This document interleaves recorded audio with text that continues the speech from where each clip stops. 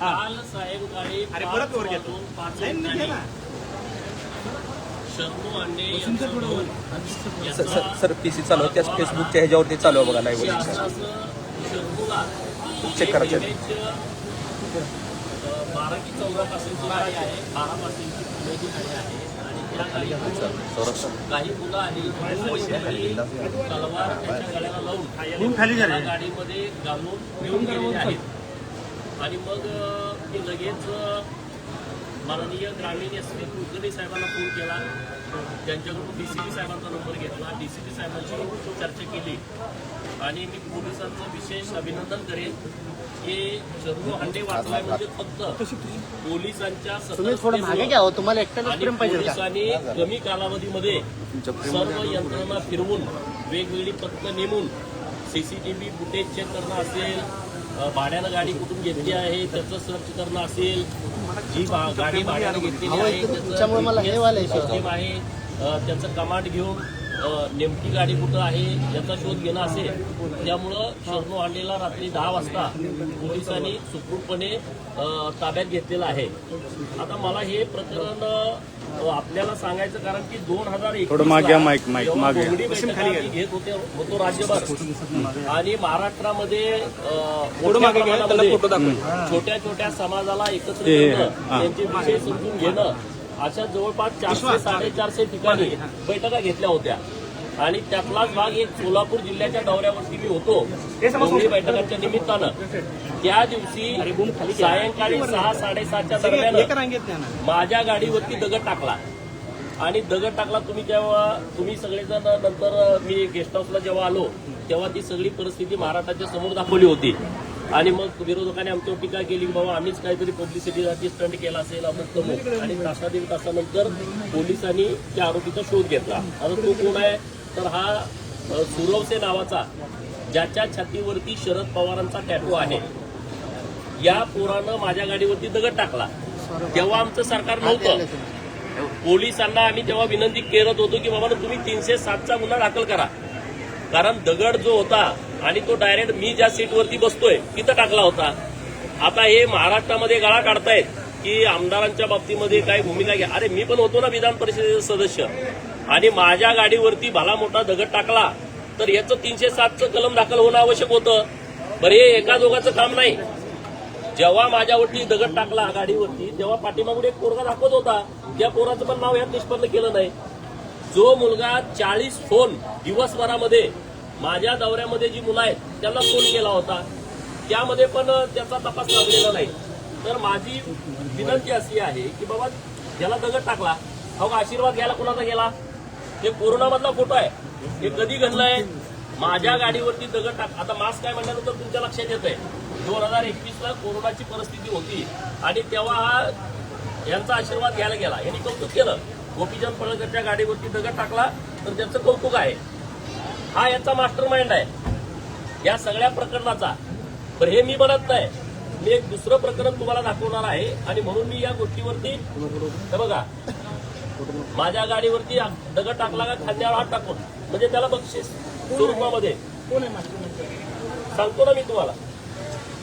हे जे सगळे फोटो आहेत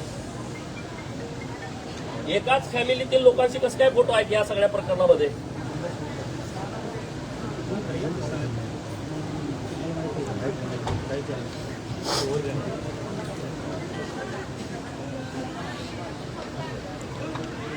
आता मी फोटो दुसरा दाखवतोय तुम्हाला. हा फोटो आहे महादेव देवकाते, ज्याच्या छातीवरती शरद पवारांचा टॅटू आहे. हा टॅटू असणारा सुरवसे, हा सोलापूर मधला धनगर समाजाचा पोरगा. हा दुसरा महादेव देवकाते, याच्या छातीवरती पण टॅटू आहे शरद पवारांचा. आणि यानं माझी भेट घेतली हे प्रकरण झाल्याच्या नंतर की बाबांनो रोहित पवारांनी आमची बैठक घेतली होती गोपीचंद पडळकरच्या गाडीवरती दगडफेक करा किंवा त्याला टार्गेट करा म्हणून. ते मी म्हणत नाही, ज्याच्या आणि त्यांचे फोटो सगळे आहेत बघा, त्यांच्या फॅमिलीतल्या सगळ्या लोकांशी त्यांचे फोटो आहेत हे बघा.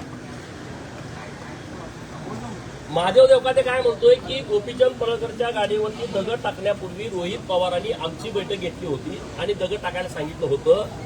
सोलापूरच्या CP साहेबांना माझी विनंती आहे की 2021ला जे प्रकरण घडलं त्यामध्ये महादेव देवकातेंचं स्टेटमेंट घ्या ना, की ते म्हणतात की मला यांनी आमची बैठक अगोदर घेतली होती. आता तिथं या सगळ्या प्रकरणाची सुरुवात झाल्याच्या नंतर ते दिवसेंदिवस प्रकरण वाढत गेलंय. आता बघा, यवतमध्ये छत्रपती शिवाजी महाराजांच्या मूर्तीची विटंबना झाली, याच्यावरती हे कुटुंब काय बोलायला तयार नाही, त्याच्यावरती ते प्रशब्द बोलत नाहीत. मी स्वतः त्या यवतमध्ये जाऊन छत्रपती शिवाजी महाराजांच्या मूर्तीची विटंबना केलेल्या घटनेचा निषेध करून सर्व हिंदुत्ववादी कार्यकर्ते जे एकत्रित झाले होते, ज्यांची संख्या 20-25 हजाराच्या वर होती, आणि त्यामुळे सगळी लोक वितरलेली आहेत. पश्चिम महाराष्ट्रामध्ये हिंदुत्ववादी कार्यकर्ता एकजूट होतोय, एकत्रित होतोय. तर जी लोक पुढे काम करतायत त्यांना डिस्टर्ब करा, त्यांच्या जवळच्या कार्यकर्त्यांना मारझोड करा, त्यांना मारून टाकायचा प्लॅन करा. आता मी शरणूला भेटलो, तुम्ही सगळे होता. शरणू काय म्हणतोय की गाडीमध्ये मला यांनी मधल्या सीटच्या मध्ये टाकलं, उडवलं, गेल्या गेल्या पहिला मांडीवरती वार केला. मांडीवरती त्याचे जखम आहे, त्यांना आता डॉक्टर साहेबांनी टाके वगैरे टाकलेले आहेत. मी आता डॉक्टर साहेबांना पण भेटेल. आणि त्याला पूर्ण मारून टाकायचा प्लॅन केलाय. त्यांच्याकडे जे काही साहित्य सापडलंय ते म्हणजे अमानुषपणे त्याची हत्या करायची, त्याचे व्हिडिओ करायचे, अशा पद्धतीची माहिती मला आता मिळतेय. याच्याबद्दल अधिकृत पोलीस याबद्दल बोलतील. परंतु माननीय सीपी साहेबांना माझी विनंती आहे की या प्रकरणामध्ये जे आरोपी आहेत त्याचं मूळ शोधा. शरणू म्हणतोय की गाडीतून एक व्हिडिओ कॉल लावला होता, तो कुणाला लावला, पुढून कोण बोलत होतं, कुठल्या फोनवरून व्हिडिओ कॉल झाला, व्हिडिओ कॉलवरती याला माफी मागायला सांगितली असं त्याचं म्हणणं आहे. तर याचा सगळा सखोल अभ्यास करा. ही मुलं इतकं मोठं धाडस करतील असं मला वाटत नाही. कुणीतरी याला पाठीमाग असल्याशिवाय, बॅकबोन असल्याशिवाय हे प्रकरण इतक्या टोकाला जाऊ शकत नाही. माननीय सीपी साहेब, डीसीपी साहेब आणि ग्रामीणचे एसपी यांचं मी विशेष अभिनंदन करेन. शरणू हांडे वाचलाय हा फक्त पोलिसांच्यामुळं, त्यांच्या सतर्कतेमुळं. तास, 2 तास, 3 तास जर उशीर झाला असता तर काहीतरी नक्की घातपात झाला असता. आणि त्यामुळं माझी त्यांच्याकडे ही मागणी आहे, 2021ला जे प्रकरण माझ्या गाडीवरती दगडफेक झालं त्याची फेर चौकशी केली पाहिजे. त्या प्रकरणामध्ये नेमकं कोण कोण होतं त्यांना सगळ्यांना अरेस्ट केलं पाहिजे. त्यांचा मूळ कोण आहे, महादेव देवकातेचं स्टेटमेंट घेऊन त्यांची जर बैठक झाली असेल तर रोहित पवारांना त्या प्रकरणामध्ये आरोपी केला पाहिजे. आणि नंतर या सगळ्या प्रक्रियेमध्ये 307चं कलम लावलं पाहिजे. एक मोठा दगड तुम्ही डायरेक्ट गाडीवरती टाकता, 307चं कलम लागलं पाहिजे. तेव्हा त्या सरकारांचं नसल्यामुळे लागलेलं नाही. ही माझी पहिली मागणी आहे. दुसरी मागणी, कालचं जे प्रकरण झालेलं आहे या प्रकरणाच्या मुळापर्यंत जाऊन आता सांगितलं की 3 मुलं तिथं उतरली. ती मुलं कोण होती, त्याला कुणी पाठवलं, यांची तर पोच नाही. पुण्यातली मुलं ह्यांच्या कशी काय कनेक्टमध्ये येऊ शकतात, पुण्यातनं गाडी भाड्यानं कशी काय मिळू शकते, हे सगळं पूर्णपणे प्लॅनिंग करून केलेलं हे सगळं प्रकरण आहे. आणि त्यामुळं त्याचं पूर्ण व्यवस्थितपणे शोध घेऊन ती मुलं म्हणत याला मारायचं नाही असं शरणूचं म्हणणं आहे. त्यांच्यामध्ये वाद तयार झाला की हे म्हणायचे मारून टाकायचं आहे, दुसरे म्हणले की मारून टाकायचं नाही. आणि त्यामुळं याचा पूर्ण प्रकरणाचा शोध घेऊन या आरोपींच्या वरती मकोकाखाली कारवाई करता येते का याचा विचार पोलिसांनी करावा. रोहित पवारांच्या बाबत मी नाही बोलत, परंतु महादेव देवकाते बोलतोय की ज्याच्या छातीवरती शरद पवारांचा टॅटू आहे. शरणू आता काय बोला की बाबा कुणाला तरी व्हिडिओ कॉल केला, तिला तर नावच घेतलं. जर या सगळ्या प्रक्रियेमध्ये त्याचं नाव घेतलं असेल आणि रोहित पवारांना वाटत असेल की कार्यकर्त्यांना मारावं, मी त्यांना आव्हान हे करतो, तुम्ही खालच्या कार्यकर्त्यांना कशाला भांडणं लावताय? आमच्याच कार्यकर्त्यांना पुढे करून तुम्ही भांडणं लावू नका. तुमच्यात हिंमत आहे, तुम्ही समोर या ना. तुम्हाला मला जर मारायचं असेल मला सांगा, बारामतीत कधी येऊ, त्यांनी तारीख सांगावी, त्यांनी वेळ सांगावी, त्यांनी ठिकाण सांगावं, मी तिथं येतो ना. तुम्ही खालच्या कार्यकर्त्यामध्ये वातावरण दूषित करणं, खालच्या कार्यकर्त्यामध्ये मारामारी करण्यासाठी लोकांना प्रवृत्त करणं, हे जुने उद्योग नव्यानं त्यांनी पुढच्या पिढीमध्ये करू नयेत असं माझं त्यांना सांगणं आहे. आणि तुमच्यामध्ये ती हिंमत नाही समोर येऊन लढायची, हे अख्ख्या महाराष्ट्राला माहित आहे. कुणा तर पुढं करणं, प्रशासनाला पुढं करणं, वेगवेगळ्या खोट्या केसेस घालणं, यात तुम्ही सगळे माहीर आहात. परंतु जर तुम्हाला असं काही करायचं असेल तर नक्की तुम्ही मला सांगा, मी तिकडे येतो. तुम्हाला जर माझ्यावरती अटॅक करायचं असेल, मला मारहाण करायची असेल, मी तुमच्या गावामध्ये येतो. यापूर्वी देखील तुमच्यावरती हल्ला करण्याचा प्रयत्न केला होता, हे सगळे अशाच पद्धतीचे प्रकार होत आहेत. नाही संरक्षणाची मागणी आहे. नाही कार्यकर्त्यांना ते असं सातत्यानं डिवचण्याचा प्रयत्न करतायत. परंतु आम्ही सगळे कायद्यावरती विश्वास ठेवणारी लोक आहोत. पोलिसांच्यावरती आमचा विश्वास आहे. राज्याचे मुख्यमंत्री महोदय यांच्या कानावरती ही मी घटना सविस्तरपणे घातलेली आहे आणि नक्की या सगळ्या विषयाच्या खोलापर्यंत पोलीस जातील आणि ज्या लोकांनी हे कृत्य केलं आहे त्या लोकांना पूर्णपणे उघडं करतील. आता आमच्या कार्यकर्त्यांना ह्याच आमच्या सूचना आहेत की हे पूर्णपणे बिथरलेली लोक आहेत आणि ही बिथरलेली लोक कार्यकर्त्यांना टार्गेट करतायत. आपण सगळ्यांनी सावधपणे आपण सगळ्यांनी राहावं हेच आपल्या माध्यमात. तुम्ही कुणाकुणाला संरक्षण देणार? कार्यकर्त्यांची संख्या हजारोच्या पटीत आहे तर तुम्ही पोलीस एवढ्या लोकांना संरक्षण कसं देणार?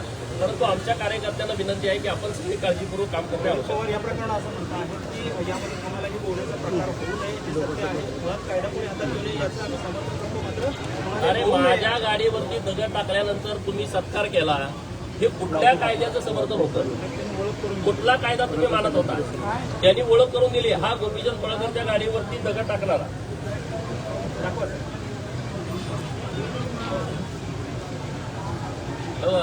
रोहित पवारचा वाघ आहे म्हणे. तुम्ही हे उद्योग राज्यभर केले 40-50 वर्षे. हे नव्यानं लोकांना सांगण्याची आवश्यकता नाही आहे. आणि तुम्ही महाराष्ट्राची संस्कृती, महाराष्ट्र कुठं चालला? अरे जरा तर लाजा वाटायला पाहिजे तुम्हाला. या महाराष्ट्राची संस्कृती बिघडवणारे तुम्ही आहात. या महाराष्ट्राची वाट लावणारे तुम्ही आहात आणि तुम्ही आम्हाला सल्ले देताय, महाराष्ट्राच्या समोर सल्ले देताय. आणि त्यामुळं रोहित पवारांनी हे उद्योग करणं बंद करावं.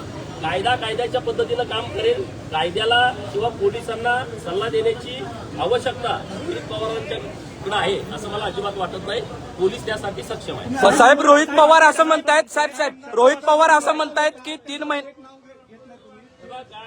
आता तुम्ही ऐकलं ते शर्मूचं म्हणणं असं आहे की गाडीतली लोक म्हणली रोहित पवाराला कॉल करा.